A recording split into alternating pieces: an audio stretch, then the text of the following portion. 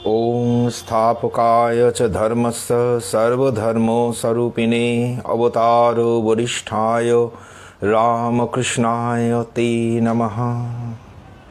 ॐ नारायणं नमस्कृतं नरं चैव नरोत्तमं देवीं सरस्वतीं चैव ततो जयमुदीरयेत्। परम पूजनीय শ্রীমৎ স্বামী সর্বেশ্বরানন্দজি মহারাজ এবং কল্যাণী মাতৃ মিশন ও মন্দিরের সকল সন্ন্যাসী ও ব্রহ্মচারী আর আপনারা যারা মহাভারতের চরিত্রগাথা পর্বে ভীমের কথা শুনতে বসেছেন, আপনাদের সকলকে আমার আন্তরিক শ্রদ্ধা, কৃতজ্ঞতা এবং প্রণাম জানাচ্ছি। ভীম চরিত্র আলোচনার আজকে দ্বিতীয় পর্ব। গতদিন আমরা এসে পৌঁছেছিলাম ভীমের সঙ্গে একচক্রানগরে, যেটা কিনা বিহারের আরা জেলায়। আমরা এখন সেখানেই আছি।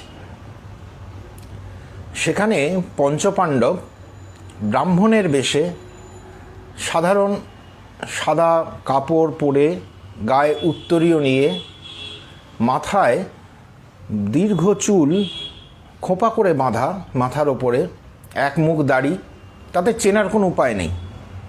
তারা এক ব্রাহ্মণের গৃহে আশ্রয় নিয়েছেন। মহর্ষি ব্যাস তাদের বলে গেছেন সেখানে থাকতে, যতদিন না তিনি আবার ফিরে আসছেন তাদের ওখানেই থাকতে বলে গেছেন। সেই অনুসারে কুন্তিকে নিয়ে পঞ্চপাণ্ডব ওখানেই আছেন। প্রতিদিনই তারা ভিক্ষায় বেরোন এবং ভিক্ষার শেষে যা নিয়ে আসেন সব মায়ের কাছে দিয়ে দেন। তার অর্ধেক অংশ ভীমকে দিতে হয়। ভীমের একটু দরকার হয়, প্রচণ্ড শক্তি এবং পরিশ্রম সব কিছুই তার বেশি, তার জন্য একটু খোরাকিটাও বেশি দিতে হয়, উপায় নেই। আর বাকি অংশটা বাকিরা সবাই ভাগ করে খান, খুব আনন্দেই আছেন। যদিও মনের মধ্যে একটা কাঁটা বিঁধে রয়েছে যে দুর্যোধন ধৃতরাষ্ট্র মিলে তাদের সঙ্গে যে অন্যায় আচরণ করেছে, সেই কাঁটাটা তাদের মধ্যে রয়েইছে। যাই হোক, তারা এইরমভাবেই ছিলেন। কিন্তু একদিন সকাল থেকেই ওই আশ্রয়দাতা ব্রাহ্মণের বাড়িতে কান্নার রোল শোনা গেল। কুন্তি খুব বিচলিত হলেন।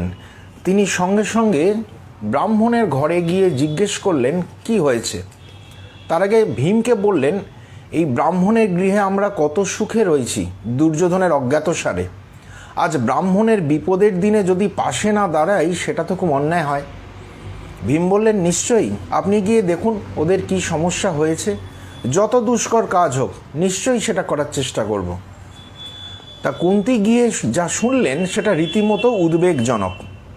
ওই অঞ্চলে বক নামে এক রাক্ষস আছে, যে কিনা ওখানকার প্রভু। প্রতিদিন তার কাছে এক একটি পরিবার থেকে প্রচুর খাদ্য গাড়ি করে নিয়ে যেতে হয় ভেট হিসেবে। আর রাক্ষস সেই খাবারের সঙ্গে আগন্তুক লোকটিকেও গলাধঃকরণ করে। আজ এই আশ্রয়দাতা ব্রাহ্মণের পালা, কে খাবার নিয়ে যাবে এই নিয়ে আত্মত্যাগের প্রতিদ্বন্দ্বিতায় নেমে গেছে মা, বাবা, সন্তান সকলে। আর সমানে কেঁদে চলেছেন, কাকুতি মিনতি হচ্ছে একে অপরের প্রতি। সবাই চাইছেন আমি গিয়ে সংসারটাকে রক্ষা করি, আমি আত্মত্যাগ করব। কুন্তি সব শুনে বিনা দ্বিধায় বলে দিলেন, আপনাদের কাউকে যেতে হবে না, যাবে আমার মেজ ছেলে। ব্রাহ্মণ তো রাজি নয়, অতিথিকে বিপদে ফেলা কখনো উচিত নয়। কুন্তি তখন ওই ব্রাহ্মণকে নিয়ে এলেন ভীমের কাছে। ভীম সব শুনলেন, তারপর সানন্দে রাজি হলেন। এগুলো ভীমের কাছে কোনো ব্যাপার নয়। ভীম নির্দিষ্ট সময়ে প্রচুর খাবার দাবার নিয়ে পৌঁছলেন বক রাক্ষসের ডেরায়। তার নাম ধরে খানিকক্ষণ ডাকাডাকি করলেন, কিন্তু তার পাত্তা নেই। তারপর পুঁটলা পুঁটলি খুলে সমস্ত খাবার দাবার সামনে সাজিয়ে বসলেন। সে বক রাক্ষস এসে খাবে। সামনে এত উপাদেয় প্রচুর আহার্য, আর ভীম বৈরাগ্যমানের মতো হাত গুটিয়ে বসে থাকবে, এ কি কখনো সম্ভব? না, অসম্ভব। ভীম খেতে শুরু করে দিলেন। বেশ মন দিয়ে খাচ্ছেন, পরমানন্দে খেয়ে চলেছেন। এমন সময় সেই বক রাক্ষস হাজির। চেহারায়, আকৃতিতে, প্রকৃতিতেও ওই হিড়িম্ব রাক্ষসের গোত্রের, কিন্তু সে আগে এমনটি কখনো দেখেনি। একটা লোক তার জন্য খাবার নিয়ে এসেছে, সে নিজেই বসে বসে খেয়ে যাচ্ছে। সে খুব শাসানি দিতে শুরু করলো। ভীমের ওদিকে কোনো গুরুত্ব নেই, ভীম খেয়ে যাচ্ছে। তারপরে বকরাক্ষস ভাবছে, আরে আমি এখানকার প্রভু, আমাকে কোনো গুরুত্ব না দিয়ে আমার খাবার খেয়ে যাচ্ছে, সোজা গিয়ে এক কিল ভীমের পিঠে। তাতেও ভীমের কোনো হেলদোল নেই, এই যেন একটা মাছি বসেছে, একটা কিছু হলো, এরকম হাত দিয়ে উড়িয়ে দিলেন, খেয়ে যাচ্ছেন। তখন বকরাক্ষস ঠিক করলো, দাঁড়া, এর মজা বার করছি। একটা গাছ তুলে আনতে যাচ্ছে, ভীম খেয়ে যাচ্ছে। তারপরে ভীমের সমস্ত খাওয়া দাওয়া শেষ করে হাত মুখ ধুয়ে পরিপাটি হয়ে এবার উঠে দাঁড়ালেন। এই বকরাক্ষস এসছে, তার একটু মোকাবিলা করা দরকার। ততক্ষণে বকরাক্ষস একটা আস্ত গাছ তুলে নিয়ে চলে এসছে, ভীমকে মারবে। ছুঁড়ে দিল ভীমের দিকে, আর ভীম অবলীলাক্রমে সেটি বাঁ হাতে ধরে নিল, যেন ক্রিকেট ম্যাচের ক্যাচ প্র্যাকটিস হচ্ছে। তারপরে সেই ধস্তাধস্তি, লাথি, কিল, চর কিছুই বাদ গেল না, সবই চলতে লাগলো। পরিণাম আমাদের জানা আছে কি হতে পারে। বকের গলা টিপে কোমর ভেঙে তারপর তালগোল পাকিয়ে নগরের বাইরে ফেলে দিলেন ভীম। সকলে নিশ্চিন্ত হলো, এরপর থেকে কাউকে আর তোলা দিতে হবে না। তবে ভীমের কীর্তি দেখে বলা বাহুল্য, সকলের চোখ কপালে উঠে গেল। ভীমের সৌজন্যে এবং অন্য পাণ্ডবদের কারণেও পাড়া প্রতিবেশী বা গ্রামের সকলেই তাদেরকে খুব ভালোবাসতেন, স্নেহ করতেন, খুব সকলকে নিয়ে আনন্দে থাকতেন।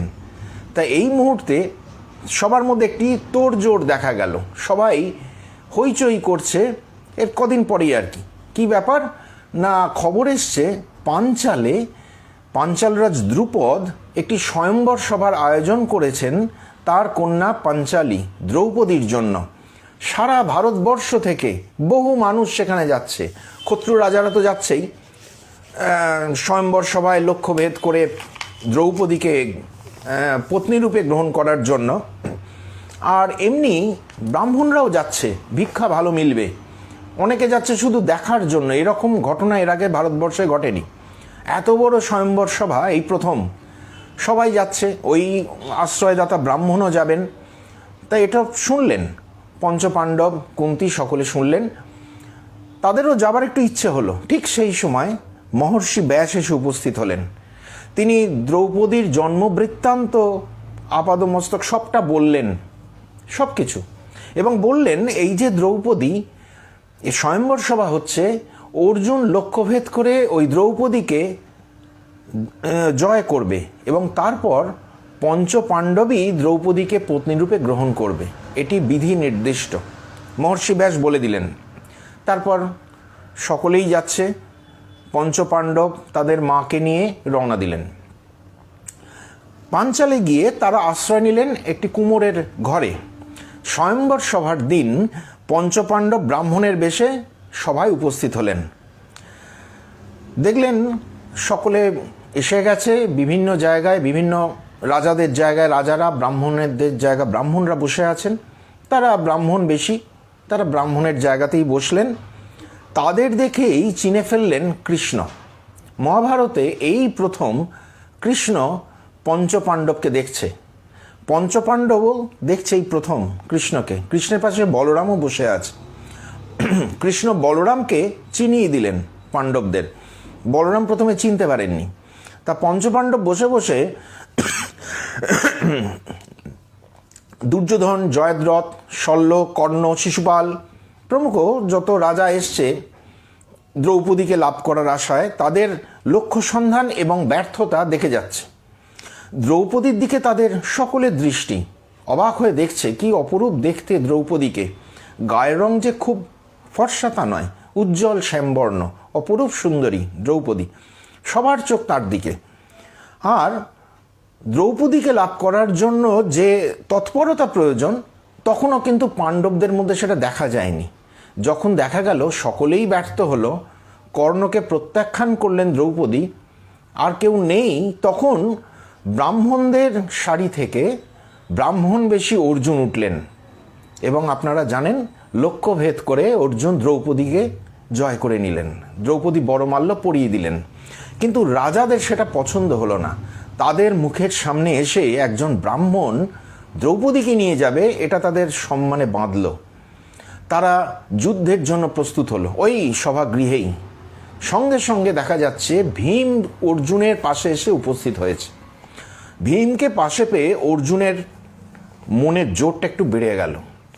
ভীম দেখছে এদের সঙ্গে যে লড়বো, হাতে তো কোনো অস্ত্র নেই, তার সেই প্রিয় গদাটি তো নেই, কি করবে? বাইরে থেকে ভীম একটি বিরাট গাছ তুলে এনে তার ডালপালা ছাড়িয়ে এই গদার মতো একটা অস্ত্র তৈরি করে নিলেন, আর অর্জুন হাতে ধনুর্বাণ তুলে নিলেন।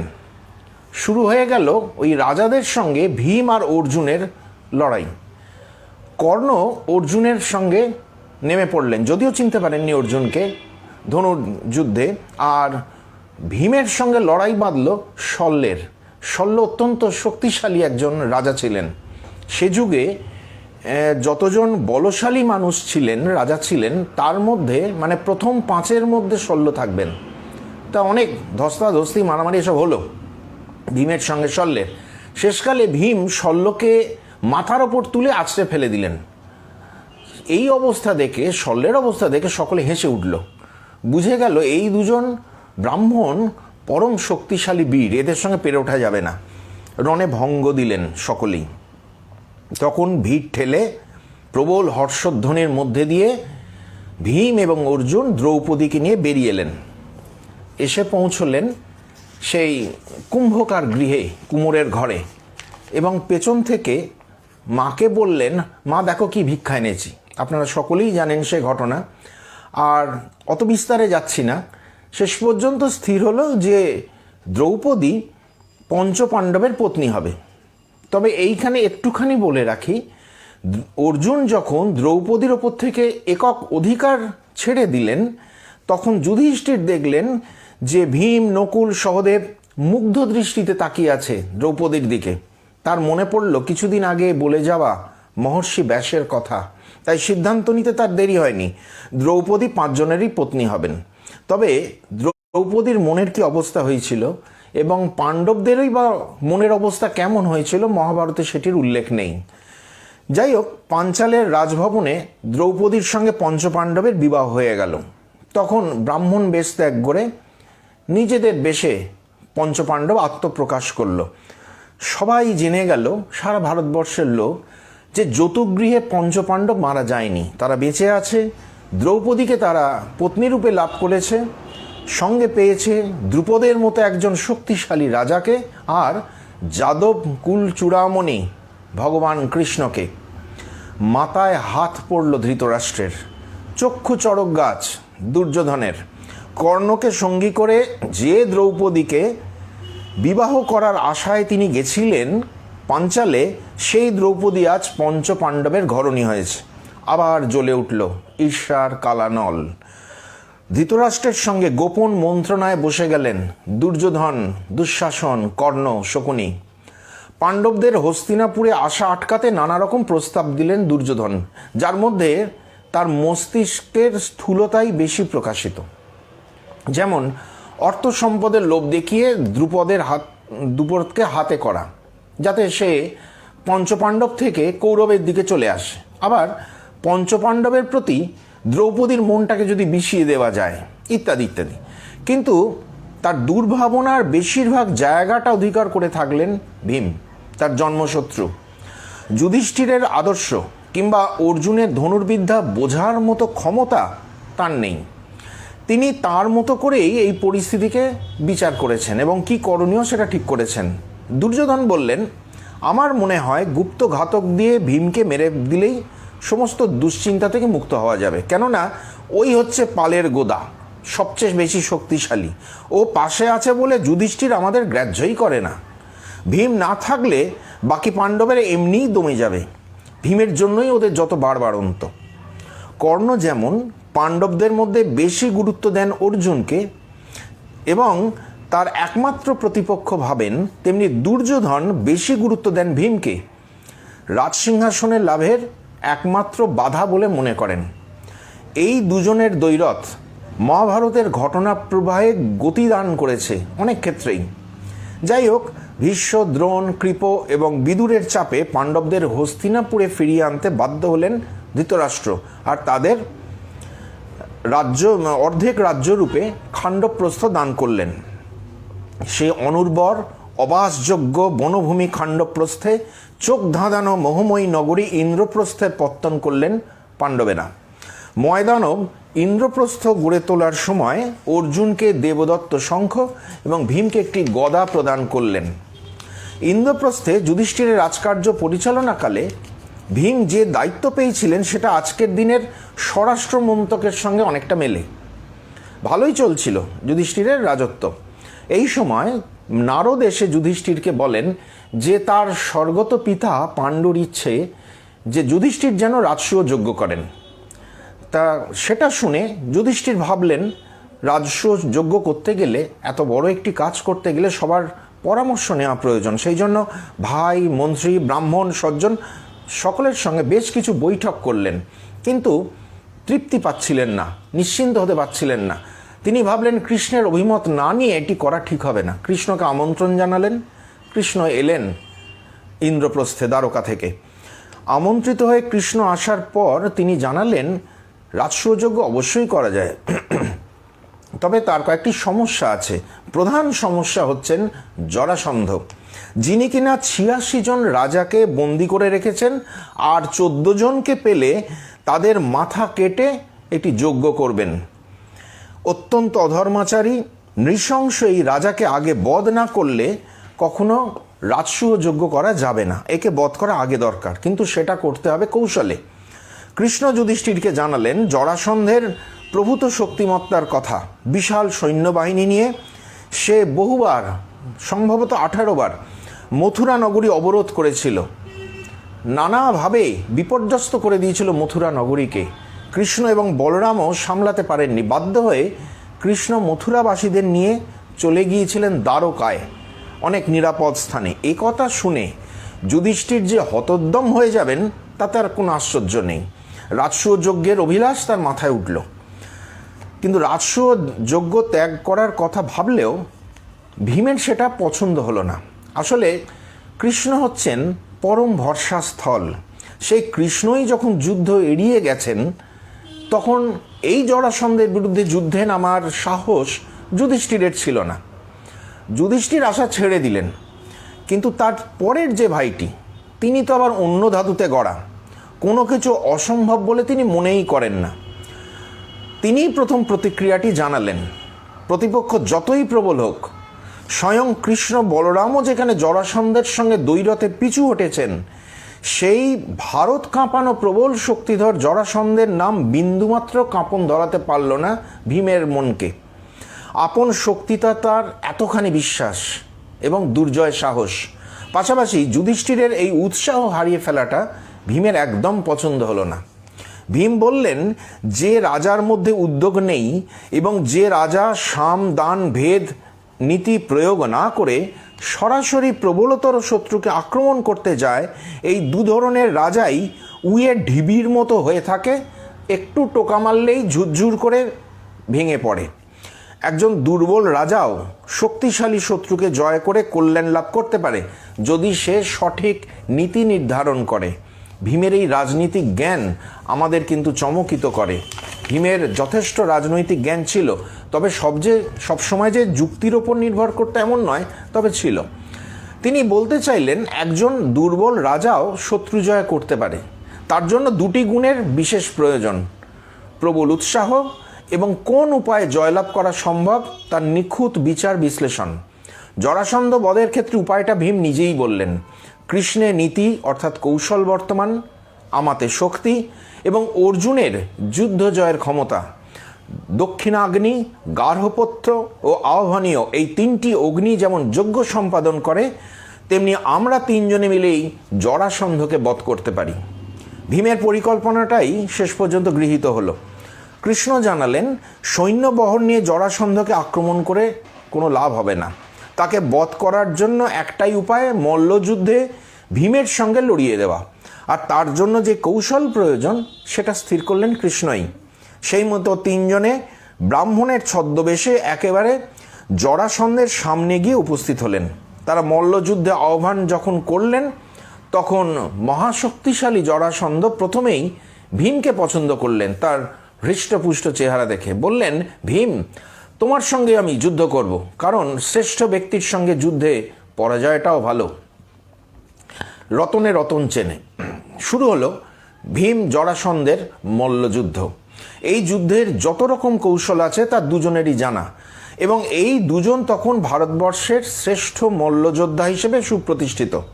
খাওয়া নেই, দাওয়া নেই, ঘুম নেই, দিন রাত অবিরাম যুদ্ধ চলছে। ধুলোর যেন ঝড় বয়ে যাচ্ছে, মাটি কাঁপছে। মৃত্যু দেবতা যেন একজনকে বেছে নেওয়ার জন্য সাগ্রহে অপেক্ষা করে আছে। যে কোনো সময় যে কোনো জনের মৃত্যু হতেই পারে, এমন প্রবল আক্রোশে দুজন দুজনের ওপর ঝাঁপিয়ে পড়েছে। সেই রোমহর্ষক মল্লযুদ্ধ দেখতে ভেঙে পড়ল পুরো মগধ রাজ্য। সেখানে তখন তিল ধারণের স্থান নেই। প্রচণ্ড উদ্বেগ আর আতঙ্কে সমস্ত মগধবাসী তখন কাঁপছে। পয়লা কার্তিক শুরু হয়েছিল এই যুদ্ধ। 13 দিন ধরে চলল, কিন্তু কোনো জয় পরাজয়ের লক্ষণ দেখা গেল না। আপনারা হয়তো এখন সবাই ভাবছেন এরপর আমি কি বলবো। আপনারা জানেন এসব ঘটনা, যে কৃষ্ণ মাটি থেকে একটি খড় তুলে দুচির করে দুদিকে ফেলে দিলেন, সেই দেখে ভীম চিরে ফেললেন না। এই ঘটনাটি আমি রসিয়ে রসিয়ে আপনাদের কাছে বলতে পারলাম না। তার কারণ মহর্ষি ব্যাস তো এটা লেখেননি। আমি মহর্ষি ব্যাস রচিত মহাভারত পাঠ করছি, সেখান থেকে বলছি। এটি অনেক পরবর্তীকালে কাশিরাম দাসের কল্পনা। তিনি কৃষ্ণকে বুদ্ধিমান প্রতিষ্ঠিত করতে গিয়ে ভীমকে জড়বুদ্ধি সম্পন্ন বানিয়ে বসেছেন। যাই হোক, তিনি অত্যন্ত জনপ্রিয় এবং প্রসিদ্ধ কবি। তাঁর চরণে সশ্রদ্ধ প্রণাম জানিয়ে বলি, এই ধরনের কোনো ঘটনাই সেদিন ঘটেনি। কৃষ্ণ এইসব খড় তুলে দুচির কোলে ফেলেননি। তবে যুদ্ধ চলাকালে কৃষ্ণকে কিছুই করেননি? হ্যাঁ, করেছেন। তিনি শুধু একটা কথা বলেছেন। যখন দেখছেন লড়তে লড়তে জরাসন্ধ ক্লান্ত হয়ে গেছে, তখন কৃষ্ণ ভীমকে মুচকে মুচকে হাসতে হাসতে বলছেন, দেখো দাদা, যুদ্ধে ক্লান্ত শত্রুকে মারাটা উচিত নয়, তাহলে তো সে মরেই যাবে। আপনি কোমলভাবে যুদ্ধ করুন। অনেকে ভাবেন ভীম নাকি মাথা মোটা। তিনি কৃষ্ণের কথা শুনেই কিন্তু বুঝে গেলেন কৃষ্ণ কি বলতে চেয়েছেন। যুদ্ধ চলছে, একজনকে মারার জন্য মারতে এসেছেন, অথচ শত্রুকে বধ করা যাবে না, এ আবার হয় নাকি? আসলে কৃষ্ণের বক্তব্য ঠিক এর উল্টোটা। ভীম বুঝে গেলেন, এবং সেই সময় ভীম রণমূর্তি ধারণ করলেন, ভয়ঙ্কর রূপ ধারণ করলেন। তার কোনো পরিশ্রম ক্লান্তি বলে কিছু নেই। ভীম কি করলেন? জরাসন্ধের হাত ধরে মাথার ওপর তুলে বাই বাই করে ঘোরাতে লাগলেন। সেই টিপিক্যাল ভীমের মার, আইকনিক বলা হয়। তারপর আছড়ে ফেললেন মাটিতে, আর শিরডাঁড়া ভেঙে পা দুটো মাঝ বরাবর চিরে দুদিকে ফেলে দিলেন। আসলে ইন্দ্রপ্রস্থ থাকাকালেই ভীম শুনেছিলেন জরাসন্ধের জন্মবৃত্তান্ত। তার দুটি শরীর আলাদা ছিল, জুড়ে গেছিল। সেই শোনাটা তার মাথায় ছিল, এবং তিনি সেইভাবেই জরাসন্ধকে মেরে দিলেন। জরাসন্ধের প্রবল আর্তনাদ এবং ভীমের ভয়ানক গর্জন সারা মগধবাসী শুনল। আতঙ্কে দিশাহারা হয়ে গেল। মহাভারতের কবি বলছেন, তাদের মনে হচ্ছে পৃথিবীটা বোধহয় ফেটে গেল, নয়তো হিমালয় পর্বতটা বোধহয় নেমে এলো সমতল ভূমিতে। কতজনের যে হৃৎস্পন্দন বন্ধ হয়ে গেল কে জানে। ভীমের এই বিজয় গর্জন শুধু মগধ রাজ্যের মধ্যেই সীমাবদ্ধ রইল না, উত্তাল তরঙ্গের আকারে ছড়িয়ে পড়ল সারা ভারতবর্ষে। সকলে এক বাক্যের স্বীকার করে নিল, এমন শক্তিশালী বীরযোদ্ধা আর দ্বিতীয় কেউ নেই। সেই সঙ্গে কৃষ্ণ এবং পাণ্ডবদের গুরুত্ব শতগুণে বেড়ে গেল। ভারতীয় রাজনীতির নাভিকেন্দ্র মগধ থেকে সরে এলো ইন্দ্রপ্রস্থে। ভারতীয় রাজনীতিতে পাণ্ডবদের এক বিরাট সাফল্য, সৌজন্যে ভীম। রাজসূয় যজ্ঞের আগে পূর্ব ভারতের রাজ্যগুলি জয় করতে তাই ভীমকেই পাঠিয়েছিলেন যুধিষ্ঠির। জরাসন্ধ বিজেতা ভীম অতি সহজেই অঙ্গ, বঙ্গ, কলিঙ্গ, পুণ্ড্রবর্ধন, প্রাগজ্যোতিষপুর প্রভৃতি রাজ্যকে জয় করে করদ রাজ্যে পরিণত করলেন। রাজকোষ ভরিয়ে দিলেন। অনুষ্ঠিত হল রাজসূয় যজ্ঞ। পরবর্তীকালে এই মহাভারতের কাহিনী যখন ব্যাসের শিষ্য বৈশম্পায়ন বলছেন জন্মেজয়ের সর্পসত্র যজ্ঞে, তখন জন্মেজয় বলেছিলেন, এই যে আপনি বলছেন রাজসূয় যজ্ঞের কথা, আমার তো মনে হচ্ছে কুরুক্ষেত্র মহাযুদ্ধের বীজ এই রাজসূয় যজ্ঞের মধ্যেই নিহিত ছিল। কথাটা সত্যি। কেননা এই যজ্ঞে আমন্ত্রিত হয়ে এসে দুর্যোধন যখন দেখলেন পাণ্ডবরা অতি অল্প সময়ের মধ্যে ঐশ্বর্যে, যশে, প্রতিপত্তিতে সব দিক থেকে তাকে টেক্কা দিয়ে গেছে, তখন দুর্যোধনের ঈর্ষাকাতর মনটা আবার জেগে উঠল। যজ্ঞ শেষে সকলে যে যার বাড়ি চলে গেল, কিন্তু দুর্যোধন শকুনিকে নিয়ে রয়ে গেলেন ইন্দ্রপ্রস্থে। আর ঘুরে ঘুরে অবাক হয়ে দেখতে লাগলেন ইন্দ্রপ্রস্থের রাজভবনের অতুল রূপ আর ঐশ্বর্য। দেখতে দেখতে তার বিড়ম্বনারও শেষ রইল না। স্ফটিকের স্থাপত্য বোধ করি এর আগে তিনি দেখেননি। বেশ হেঁটে চলেছেন, হঠাৎ স্ফটিক স্বচ্ছ দেওয়ালে ধাক্কা খেয়ে দুম করে পড়ে গেলেন। যেখানে স্ফটিকের দরজা নেই ভাবলেন সেখানে আছে, ভেবে ঠেলে যেতে গিয়ে মুখ থুবড়ে পড়লেন। আবার এক জায়গায় জলাশয় আছে ভেবে কাপড় টাপড় তুলে নামছেন, দেখছেন না, এ তো জল নয়, এটা স্ফটিক। তখন লজ্জায় এদিক ওদিক তাকিয়ে কোনো রকম একটা ম্যানেজ করে যেন কিছুই হয়নি, আবার এইরকম ভাব দেখিয়ে চলে গেলেন। তবুও তার দেখার স্বাদ মিটল না। ভীম, অর্জুন, নকুল, সহদেব দাঁড়িয়ে দাঁড়িয়ে মাঝে মাঝেই দেখছিলেন দুর্যোধনের কীর্তি। কিন্তু সত্যি যেখানে জল রয়েছে সেখানে খুব স্মার্টলি যেতে গিয়ে দুর্যোধন এমন ধপাস করে পড়লেন এবং হাবুডুবু খেলেন, তখন ভীম, অর্জুন, নকুল, সহদেব তো বটেই, রাজভবনের ভৃত্যরাও হো হো করে হেসে উঠলেন। সবসময় ওস্তাদি দেখানো যাদের স্বভাব, চলতি কথায় বলে মানে রেলায় চলা, সেই রকম লোক যদি জলের মধ্যে আছাড় খেয়ে নাকাল হয় তখন হাসি পাওয়ারই কথা। মনে হয় সকলের মধ্যে ভীমের হাসিটা একটু উচ্চগ্রামে হয়েছিল। তার হাসি মানে তো সেই পেটের মধ্যে থেকে গুলিয়ে গুলিয়ে দমকে দমকে ওঠা হাসি, আর হাসি পাওয়ার মতোই ঘটনা।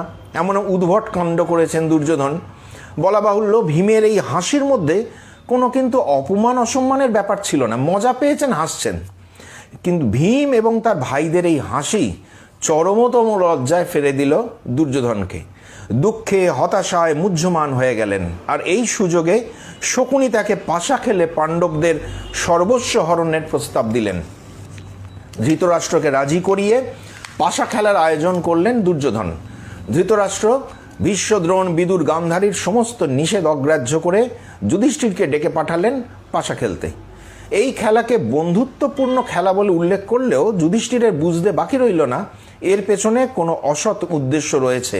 কিন্তু তিনি এলেন পাশা খেলতে, কেননা পিতৃতুল্য ধৃতরাষ্ট্রের আদেশ, এবং রাজাকে যুদ্ধ পাশা খেলা আহ্বান করলে সেটি রক্ষা করাই রাজার কর্তব্য। হস্তিনাপুরে আসার আগে বা পরে যুধিষ্ঠিরের ভাইরা বা পত্নী দ্রৌপদী কিছু বলেছিলেন কিনা তা কিন্তু জানা যায় না। পাশা খেলতে এসে যুধিষ্ঠির অবশ্য শকুনি দুর্যোধনকে বলেছিলেন, এই খেলা কখনোই মঙ্গলজনক নয়, এটি সর্বনাশের কারণ, এতে কলহ সৃষ্টি হয়, এই খেলা উচিত নয়। তখনও কিন্তু কোনো ভাইকে দেখছি না তার সমর্থনে গলা মেলাতে। ধূর্ত শকুনি কপটভাবে একের পর এক দানে যখন যুধিষ্ঠিরের সমস্ত সম্পদ লুট করছেন, তখনও কোনো পাণ্ডব ভাইকে কিন্তু কিছু বলতে দেখছি না। ভাইদের পণ রাখার যখন সময় হলো, যুধিষ্ঠির পণ রাখছেন, তখনও কিন্তু কোনো ভাই কোনো কথা বলছেন না। প্রত্যেকটি পণ রাখার আগে তার পরিচয় দেওয়াই রীতি। ভীমকে পণ রাখার আগে যুধিষ্ঠির বললেন, অসুর বিনাশী ইন্দ্রের মতো যে আমাদের একমাত্র নায়ক, যে যুদ্ধে আমাদের পরিচালক, মহাশক্তিমান, উদারচেতা, এই সিংহস্কন্দ ভীম পণ রাখার পক্ষে উপযুক্ত না হলেও তাকেই আমি পণ রাখছি। আসলে পণ রাখার মতো তখন আর হাতে কিছুই ছিল না। ভীমকে পণ রাখার পর যুধিষ্ঠির নিজেকেই পণ রাখেন, তারপর দ্রৌপদীকে। এর মধ্যে বিদুর কয়েকবার তীব্র প্রতিবাদ করেছেন, কিন্তু দুর্যোধন চরম অপমান করে তাকে বসিয়ে দিয়েছেন। দ্রৌপদীকে জয় করার পর দুর্যোধন কর্ণের অসভ্যতা, ঔদ্ধত্য চূড়ান্ত মাত্রায় পৌঁছালো। সারা সবার ধিক্কার দিতে লাগলো। দুর্যোধনের নির্দেশে দুঃশাসন চুলের মুঠি ধরে টেনে আনলেন দ্রৌপদীকে। দুর্যোধন তাকে দাসী বলে সম্বোধন করলেন। কর্ণ অপমান করলেন। রাজনন্দিনী, রাজকুলবধূ দ্রৌপদীর যে চরম অপমান হলো, তাতে কিন্তু আর চুপ করে থাকতে পারলেন না ভীম। ক্ষিপ্ত হয়ে দাদা যুধিষ্ঠিরকে বললেন, আমাদের সমস্ত ধনসম্পদ, রাজ্য কপটতা করে শকুনি হাতিয়ে নিলেও আমার রাগ হয়নি, কারণ সেসবের ওপর আপনার অধিকার আছে। সেই দিয়ে আপনি পাশা খেলছেন, আপনি আমাকে পণ রেখেছেন, তাতেও আমি কিছু বলিনি, কিন্তু কি বলে আপনি আপনার অধিকারকে অতিক্রম করলেন দ্রৌপদীকে পণ রেখে? জুয়ারিরাও তো তাদের রক্ষিতাদের পণে রাখে না। দ্রৌপদীকে এই যন্ত্রণা অসম্মানের যোগ্য? আপনার জন্যই তাকে আজ এই অশিক্ষিত নীচ কৌরবরা এইভাবে যন্ত্রণা দিচ্ছে, অপমান করছে। আপনার ওই হাত আমি এখনই পুড়িয়ে দেবো। আগুন নিয়ে এসো তো সহদেব। সঙ্গে সঙ্গে অর্জুন বললেন, এ কি করছেন দাদা? আগে তো আপনি কখনো এমন কথা বলেননি। নৃশংস কৌরবরা কি আপনার ধর্মবোধ নষ্ট করে দিল? কখনো এভাবে ধর্মজ্ঞ জ্যেষ্ঠ ভ্রাতাকে অপমান করবেন না। তিনি ক্ষত্রিয় ধর্ম পালন করতেই খেলায় এসেছেন। ক্ষত্রিয় ধর্ম পালন করাটাই তো কীর্তিজনক।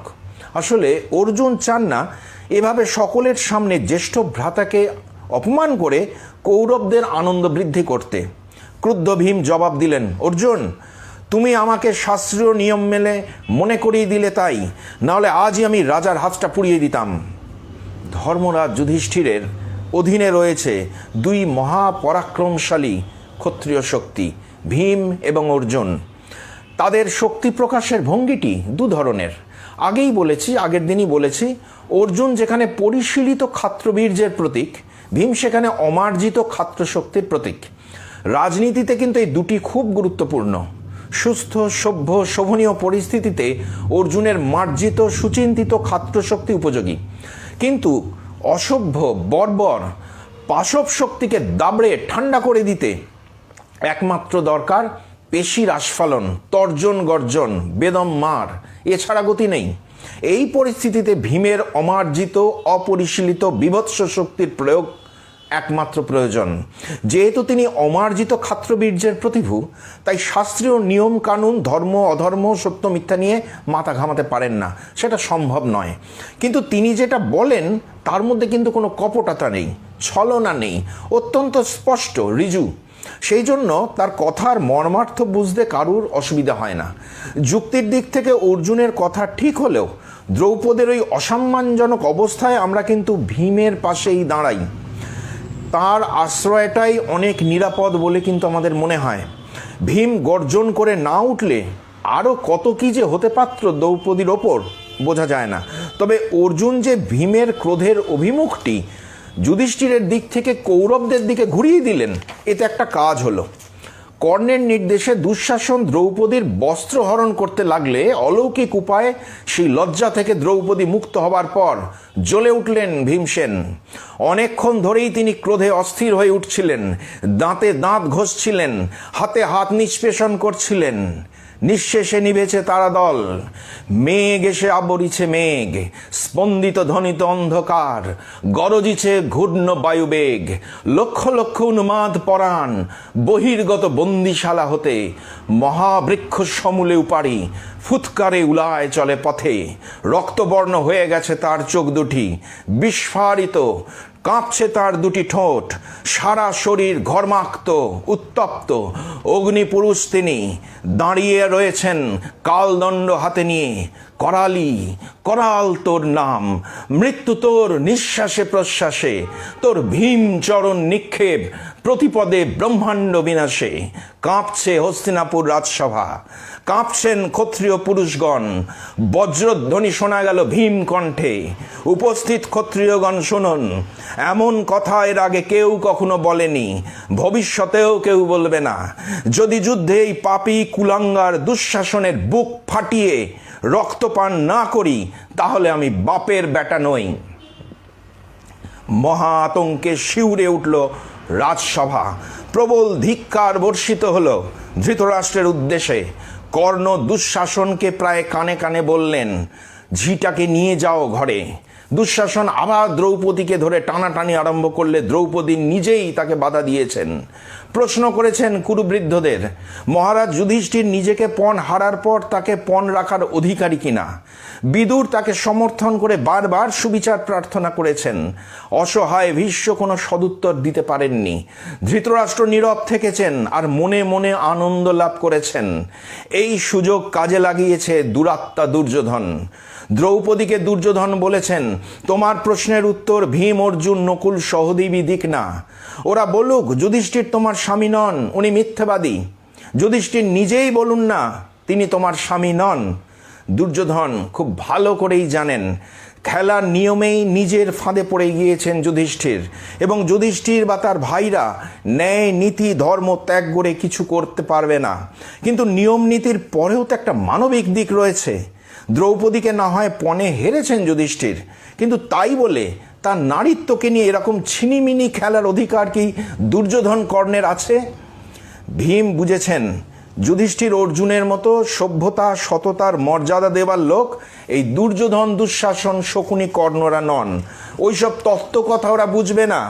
ওরা যেটা বুঝবে সেটা হলো মার, রামধলাই। যুধিষ্ঠির অর্জুন নকুল সহদেব কিছু না বললেও ভীম আবার উঠে দাঁড়ালেন। দ্বিতীয় পাণ্ডব না, অদ্বিতীয় পাণ্ডব ভীম। মেঘমন্দ্রস্বরে ভীম বললেন, ধর্মরাজ যুধিষ্ঠির আমাদের গুরুর মতো। তিনি যদি পাণ্ডব কুলের প্রভু না হতেন তাহলে আজ এই অপমান আমরা কখনো সহ্য করতাম না। তিনি আমাদের সমস্ত তপস্যা পুণ্য এমনকি প্রাণেরও অধীশ্বর। তিনি যখন মনে করেছেন আমরা পরাজিত হয়েছি তবে তাই, না হলে দ্রৌপদীর চুলে হাত দিয়ে কোনো বেটাই আজ বেঁচে থাকতো না।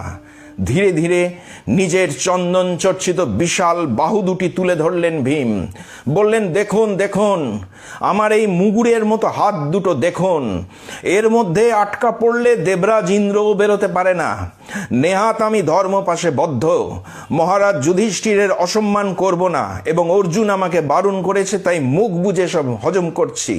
কিন্তু ধর্মরাজ একবার আমাকে মুক্ত করুন না, থাবড়ে মেরে পিষে দেবো এই ধৃতরাষ্ট্রের বজ্জাত ছেলেগুলোকে। আতঙ্কিত ভীষ্ম, দ্রোণ, বিদুর কৌরবদের হয়ে ক্ষমা চাইলেন ভীমের কাছে, কিন্তু কোনো হেলদোল নেই দুর্যোধন কর্ণের।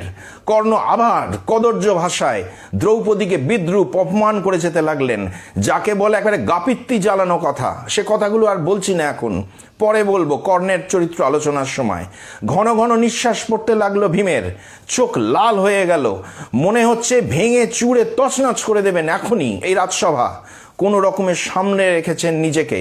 দাঁতে দাঁত চেপে তীব্র ক্রোধে ভীম যুধিষ্ঠিরকে বললেন, কর্ণের ওপর আমার রাগ হচ্ছে না, রাগ হচ্ছে আপনার ওপর। আপনি দ্রৌপদীকে পণ না রাখলে ওর কি এত সাহস হতো? যুধিষ্ঠির তখন কোনো কথা বলার অবস্থায় নেই।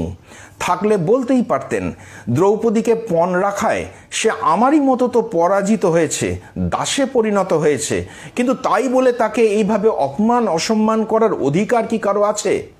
তিনি এসব কিছুই বলতে পারেননি, কারণ তিনি লজ্জা, দুঃখ, হতাশা, গ্লানিতে মুহ্যমান হয়ে অচৈতন্যের মতো মাথা নিচু করে বসে আছেন। দুর্যোধনের দুঃসাহসা ক্রমশই বাড়ছিল। যখন দেখলেন কর্ণের ওই রকম জঘন্য অপমানকর কথার কোনো প্রতিবাদ হলো না পাণ্ডবদের দিক থেকে, মুখ বুজে সহ্য করে যাচ্ছে, তখন আগলহীন পথে তার মধ্যে থেকে বেরিয়ে এলো ঘৃণ্য এক পশুর মূর্তি। কর্ণের দিকে তাকিয়ে মুচকে হেসে বাম উরুর কাপড় তুলে দুর্যোধন দেখালেন দ্রৌপদীকে। এবার যেন বিস্ফোরণ ঘটল। ভীমের সারা দেহ থেকে অগ্নিশিখা বেরিয়ে আসতে থাকলো।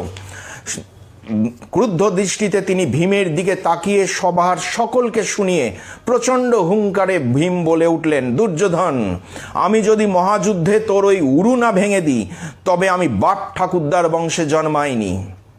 কুরুসভায় আগুন ধরে গেল। প্রলয়ের আগুন ছড়িয়ে পড়ল সারা রাজপ্রাসাদে। চতুর্দিকে দেখা গেল নানা দুর্লক্ষণ। ভীষ্ম, দ্রোণ, বিদুর, গান্ধারী কারও বুঝতে বাকি রইল না। কৌরবকুলে ঘনিয়ে এসেছে মহাবিপদ। অন্ধ ধৃতরাষ্ট্র তার অন্ধকার ভাগ্যাকাশে পড়ে ফেললেন বজ্রের আগুনে লেখা সর্বনাশের আগমন বার্তা।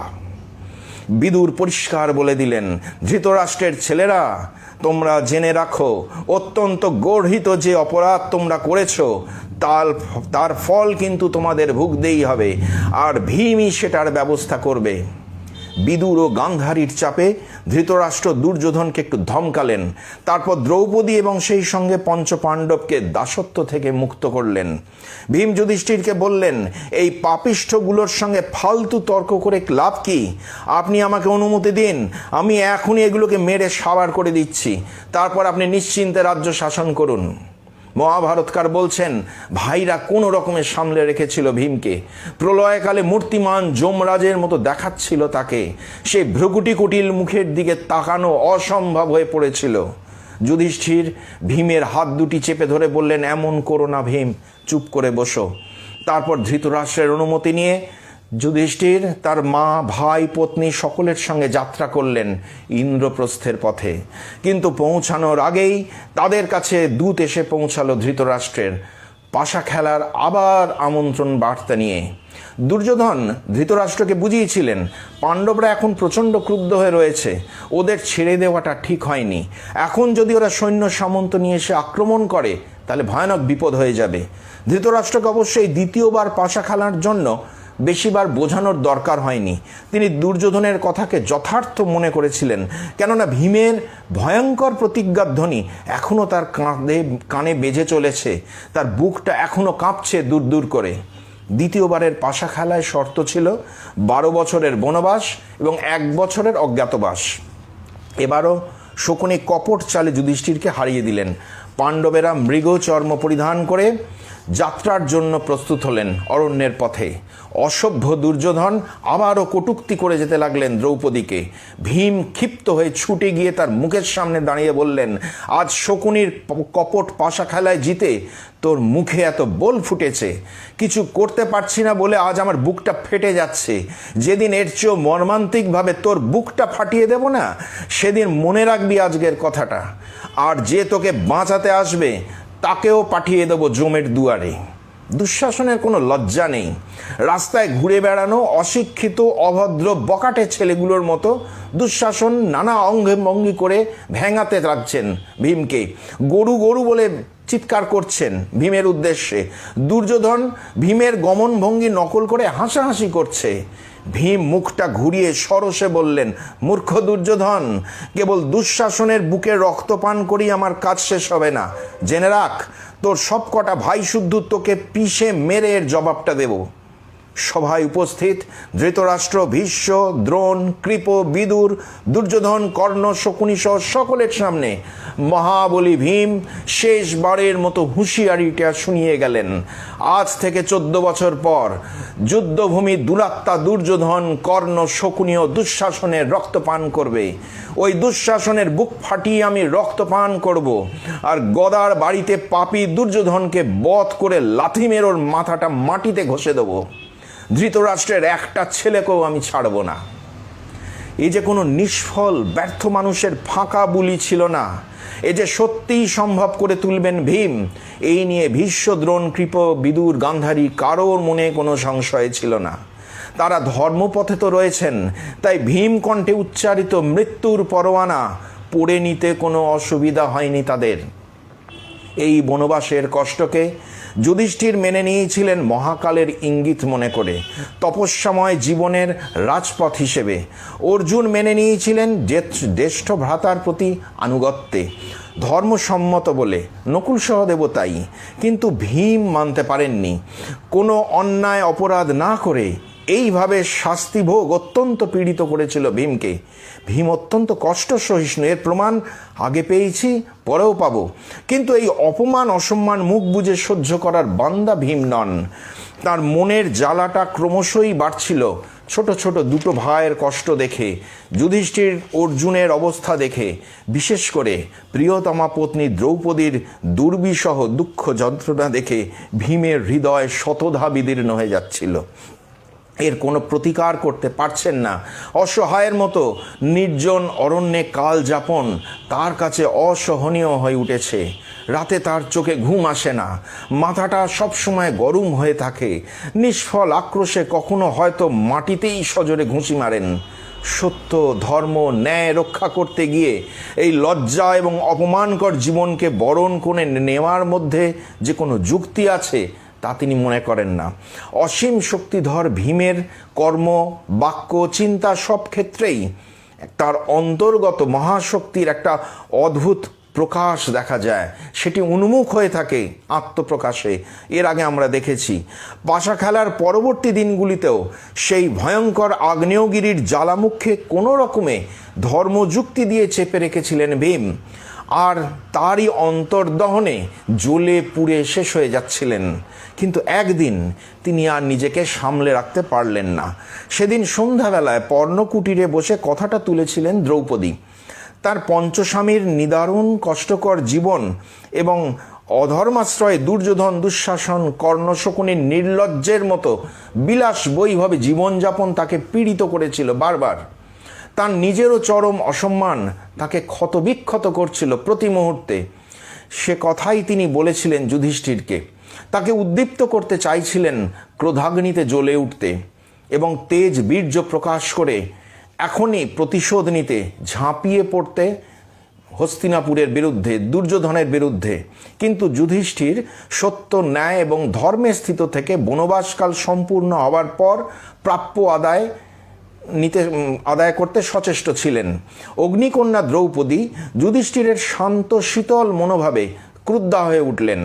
খানিক তত্ত্বের কথা বলে অনেক কঠিন কথাও শুনিয়ে দিলেন। যুধিষ্ঠিরও ছাড়ার লোক নন, তিনিও বলে দিলেন, তুমি নাস্তিকের মতো কথা বলছো দ্রৌপদী। তার কথাতে যুক্তি ছিল যথেষ্ট যুধিষ্ঠিরের কথায়। দ্রৌপদী প্রথমে একটু ম্রিয়মান হয়ে পড়লেন, কিন্তু বিদ্যা বৈদগ্ধে তিনিও তো কিছু কম যান না। এবার একটু শান্তভাবে যুক্তিসহ তার মতামতটি তুলে ধরলেন। তার অন্তর্গত দুঃখ, লজ্জা, অপমান সকলের হয়েই হৃদয়কেই স্পর্শ করল, বেদনায় দ্রবীভূত করল। সকলেই শুনছিলেন দ্রৌপদীর সঙ্গে যুধিষ্ঠিরের এই বাদানুবাদ। সকলে নীরব থাকলেও ভীম কিন্তু আর চুপ করে থাকতে পারলেন না। বারবার নিঃশ্বাস ত্যাগ করতে করতে ক্রুদ্ধ অসহিষ্ণু ভীম বলে উঠলেন, মহারাজ, আপনি ধর্মসঙ্গত এবং সৎপুরুষের যোগ্য রাজ্য পালনের পথে চলুন। সর্বস্ব খুইয়ে এই বনে বাদারে পড়ে থেকে কি লাভ হচ্ছে আমাদের বলুন তো? দুর্যোধন তো আর ধর্মপথে পরাক্রম দেখিয়ে আমাদের রাজ্য হরণ করেনি, ও তো ছলনা করে সব কেড়ে নিয়েছে। উচ্ছিষ্টভোজী শিয়াল যেমন সিংহের ফেলে যাওয়া মাংস খুঁটে খায়, ও সেইভাবে আমাদের সম্পদ এখন ভোগ করছে। আর আপনি কি সামান্য প্রতিজ্ঞা পালনের জন্য ধর্মে আবদ্ধ হয়ে রয়েছেন, তাতে বিপুল ধনসম্পদ হারিয়ে এখন দুঃখের আগুনে পুড়ছেন। অর্জুন উপস্থিত থাকতে স্বয়ং দেবরাজ ইন্দ্র আমাদের সর্বস্ব সম্পদ হরণ করতে পারত না। আপনার ভুলে দুর্যোধন আমাদের চোখের সামনে দিয়ে সব লুটে নিয়ে চলে গেল। আপনি ধর্ম রক্ষা করতে গেলেন আর আমরা পড়লাম বিপদে। আপনার কথা না শুনে আমি যদি তখনই ধৃতরাষ্ট্রের বদমাস ছেলেগুলোকে মেরে পিষে দিতাম, তাহলে আজ এমন হতাশ হয়ে বসে বসে দুঃখ করতে হতো না। দুর্বল লোকই জন্তুর মতো বনে বাদারে বাস করে। আপনি আবার এই বনবাসের বিষয়ের কথা ভাবুন। জানবেন, কৃষ্ণ, অর্জুন, অভিমন্যু, আমি, নকুল, সহদেব কেউ আপনার এই বনবাসে থাকাটা পছন্দ করি না। দিনরাত ধর্ম করে উপবাস ব্রতে কৃষ্ট হয়ে এ তো নপুংসকের মতো জীবনযাপন করা। আপনি কোমলতা ত্যাগ করুন, পুরুষকার অবলম্বন করুন। যুদ্ধ করতে গিয়ে যদি মরতাম তাহলে দুঃখ হতো না। এই যে দুর্যোধন আমাদের ভীতু, দুর্বল, অসহায় মনে করছে, এ আমার সহ্য হচ্ছে না। ভীম নানা যুক্তি দিয়ে পরামর্শ দিলেন কিভাবে হৃত রাজ্য উদ্ধার করা যায়। বেশিরভাগ ক্ষেত্রে যুক্তিগুলো একটু নড়বড়ে অবশ্যই, কিন্তু তার কয়েকটি কথা একালের নবীন প্রজন্মের অনেকেই হাততালি দিয়ে গ্রহণ করবে। কথাগুলি পড়তে পড়তে মনে হয় একালের কোনো 24-25 বছরের ছেলে যে কিনা কেরিয়ার সচেতন, অর্থ উপার্জন করে জীবনটাকে উপভোগ করার জন্য অতিমাত্রায় সচেতন, সে যেন বলছে ভীমের মুখ দিয়ে। ভীম বললেন, যৌবনে কামের এবং প্রৌঢ়ে অর্থের সেবা করতে হয়। ধর্ম সব বুড়ো বয়সের ব্যাপার। আমি জানি সব কিছুর চেয়ে ধর্ম শ্রেষ্ঠ, কিন্তু হাতে পয়সা না থাকলে ধর্ম হবে কোত্থেকে? যে ধর্ম নিজের এবং পরিবারের দুঃখের কারণ হয় সেটা কখনো ধর্ম হতে পারে না, ওটা একটা বিলাসিতা মাত্র। আর সব কিছু ছেড়ে ছুঁড়ে বনে চলে যাওয়া সন্ন্যাসীদের মানায়, কোনো গৃহীকে মানায় না। যারা সন্ন্যাস এবং গার্হস্থ্যের মাঝখানে পড়ে থাকে তারা না ঘরকা না ঘাটকা, তাদের কপালে শুধু দুঃখই থাকে। ভীম শেষে বললেন, আপনি তো রাজা, আপনি পুরুষশ্রেষ্ঠ, ক্ষত্রিয়ের ধর্ম কি সেটা তো আপনি জানেন। ব্রাহ্মণদের মতো যাগযজ্ঞ তপস্যা আপনার মানায় না। তেজ বীর্য প্রকাশ করে ধনসম্পদ অর্জন করে মহা উৎসাহে সংসার প্রতিপালন এবং শত্রু নিধনই তো আপনার কর্তব্য। আপনি স্বধর্ম অবলম্বন করুন মহারাজ। আমি আর অর্জুন মিলে শেষ করে দিই দুর্যোধনকে। ভীমের কথায় স্বাভাবিকভাবেই মর্মাহত হলেন যুধিষ্ঠির। ধীর শান্ত কণ্ঠে একে একে উত্তর দিলেন ভীমের প্রতিটি কথার। শেষে বললেন, রাজসভায় সকলের সামনে যে শপথ করেছি পাশা খেলায় পরাজিত হলে 12 বছরের বনবাস এবং 1 বছরের অজ্ঞাতবাস পালন করব, তার থেকে তো আমি বিচ্যুত হতে পারি না। তখন তুমি কিছু বললেন আমাকে, আর আজ বলছো। ভীম, তোমাদের কষ্ট দেখে আমারও তো খুব কষ্ট হচ্ছে, কিন্তু কি করব বলো, বনবাস শেষ হওয়া পর্যন্ত আমাদের অপেক্ষা করতেই হবে। আগুনে ঘৃতাহুতি পড়ল। আরও ক্ষিপ্ত হয়ে উঠলেন ভীম। অপেক্ষা? আমাদের কতটুকু আয়ু? কতদিন অপেক্ষা করব? অপেক্ষা করতে করতে তো মরণকাল এসে উপস্থিত হবে। শুনুন, যে ক্রোধে আমি নিত্যদিন জ্বলছি তা আগুনের চেয়েও ভয়ানক। রাতের পর রাত আমি যন্ত্রণায় ছটফট করি। জগতের শ্রেষ্ঠ ধনুর্ধর অর্জুনকে দেখুন, নকুল সহদেবকে দেখুন, আমাদের বীর প্রসবিনী মাকে দেখুন, সকলে কি যন্ত্রণা ভোগ করছে, কিন্তু আপনার মুখ চেয়ে কেউ কিছু বলতে পারছে না। শুধু আমি আর দ্রৌপদী ক্রোধে দুঃখে অস্থির হয়ে পড়েছি। কিন্তু আমরা যেটা বলছি জানবেন সবাই সেটা সমর্থন করেন। ভীম যে অন্য সকলকে নিজের বক্তব্যের সমর্থন এভাবে টেনে নিলেন, এই ব্যাপারটা আমরা পরেও দেখব। এটা ভীমের মধ্যে ছিল। আসলে ভীম দেখতেন যে সকলে যুক্তি দিয়ে, ধর্মবোধ দিয়ে আলোচনা করেন, যুধিষ্ঠির, অর্জুন, নকুল সকলে। ভীম সেখানে বিশেষ কথা বলেন না, তিনি দেখেন এগুলো। তা ভীম ভাবছেন, যদি আমার কথাগুলি যুক্তির দিক থেকে ধর্মরাজকে প্রসন্ন করতে না পারে, ধর্মরাজ যদি আমার কথাকে অগ্রাহ্য করে, সেই জন্য নিজের কথার সমর্থনে অন্যদেরও টেনে নিলেন। কিন্তু অন্যদের মত তখনও ব্যক্ত হয়নি। তারা কি চাইছেন, কি ভাবছেন, তখনও সেটা জানা যায়নি। ভীম টেনে নিলেন অন্যদেরকেও তার কথাকে আরও জোরদার করতে। এরপর ভীম বললেন, আপনি দিনের পর দিন শাস্ত্রপাঠ করে করে বামুন পুরুতগুলোর মতো মূর্খ, দুর্বল হয়ে পড়েছেন। এমন দয়ালু স্বভাব নিয়ে আপনি কি করে ক্ষত্রিয় কুলে জন্মালেন? কেন আপনি ধৃতরাষ্ট্রের ওই ঠগ, জোচ্চোর, জঘন্যতম অপরাধে লিপ্ত ছেলেগুলোকে ক্ষমা করে চলেছেন? আপনি কি করে আশা করেন আমরা 1 বছর লোকচক্ষুর আড়ালে অজ্ঞাতবাস করতে পারবো, যেখানে গুপ্তচররা সবসময় আমাদের নজর রাখছে? তাই বলছি, অনিশ্চিত ভবিষ্যতের দিকে তাকিয়ে বসে না থেকে বিগত 13 মাসকে 13 বছর ধরে নিয়ে এখনই যুদ্ধযাত্রা করুন।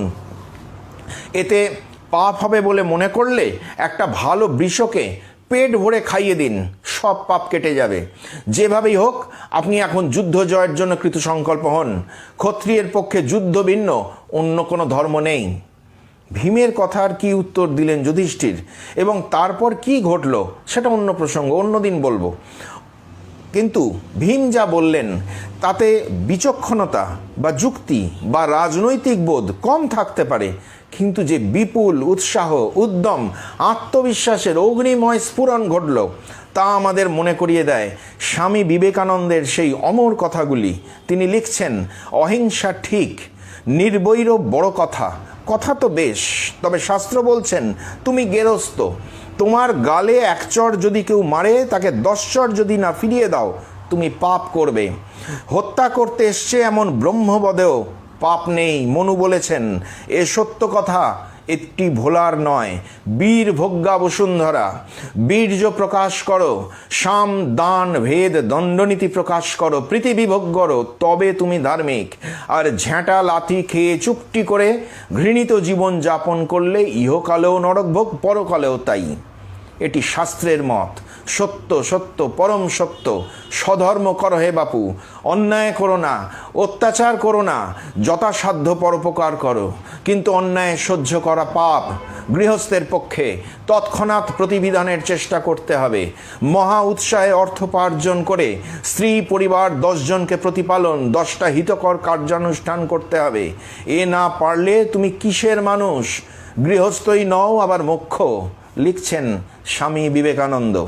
তথ্য হিসেবে শুধু এইটুকু বলে রাখি, ভীমের কথার মধ্যে পুরুষকারের অত্যুজ্জ্বল প্রকাশ ঘটলেও সেটা মেনে নিয়ে চলা তখন যুধিষ্ঠিরের পক্ষে সম্ভব ছিল না।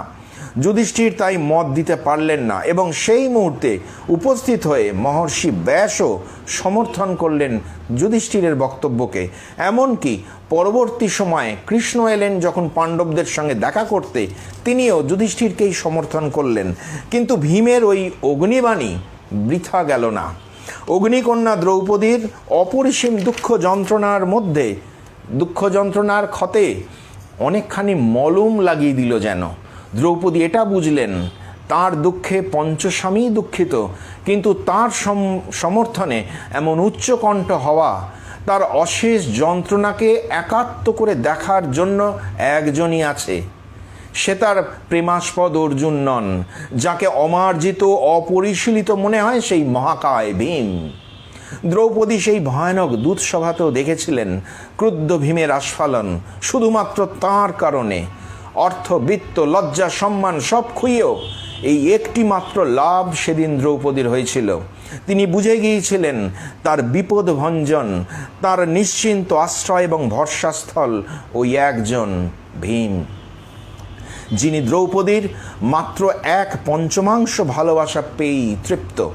পরবর্তী পর্বে আমরা বারবার দেখব দ্রৌপদীর সকল দুঃখ সমস্যার নিরসনে প্রধানত ভীমই এগিয়ে এসেছেন। স্বামী হিসেবে তাই ভীম সার্থক। ইতিপূর্বে হিড়িম্বার সঙ্গে বিবাহ হয়েছিল ভীমের, একটি ছেলেও হয়েছে।